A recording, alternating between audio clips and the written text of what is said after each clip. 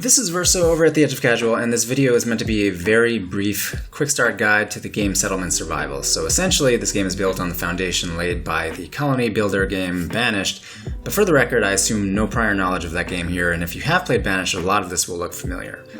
Personally, I'm still sort of relearning the ropes myself, so if you have anything to add, please do so in the comment section below. I'd be thrilled. But anyway, the thing to understand about these games is that when attempting to get a colony off the ground, essentially your priority should be to optimize travel time to and from work. I mean, that's it really. It ain't rocket science, but of course, I'm going to expound upon it regardless. So at the heart of settlement survival simulation is the fact that your citizens do need to fulfill very basic survival needs like eating, drinking, convalescing when they get sick, and even occasionally slacking off or resting when stamina is low. Mostly they'll be traveling home in order to fulfill these needs, and depending upon their role, this can massively eat into their productivity if you place their homes too far from their places of work. This becomes particularly noticeable during the colder months when citizens will be making pit stops inside in order to get warm. In fact, harsh winters significantly impair even an optimized colony with a good road network, so just keep that in mind.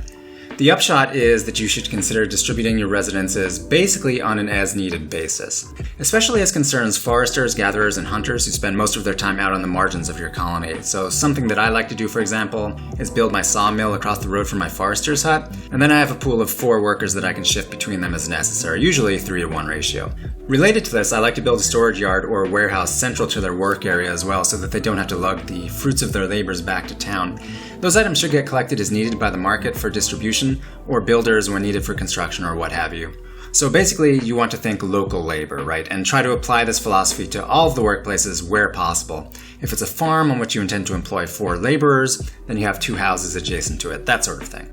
You may be wondering though, how do I ensure that the people who take up residence in a house will take up employment at the nearest workplace? And the answer to that is that the game does try to solve that problem for you, but sometimes you have to give it a little bit of a nudge. And this was the same in Banished, and it's a bit of a hassle, but by turning off production buildings and then turning them back on in the order of priority, you can ensure that the most vital buildings get the closest possible laborers assigned. So I want to cover 3 more semi-related quick notes / gotchas / whatever.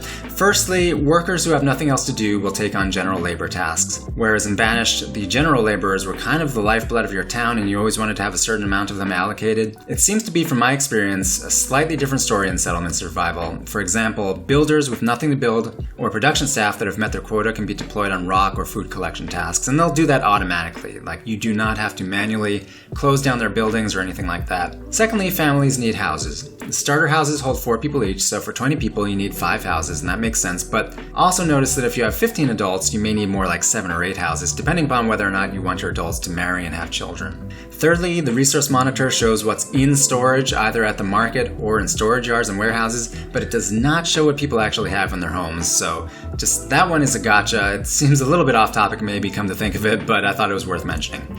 Anyway, all of that said, if you have comments, questions, or any of your own tips or tricks that you'd like to share, please do so below. And as always, this has been Verso. Thanks for coming out to the Edge of Casual with me. Everybody out there, have a great day.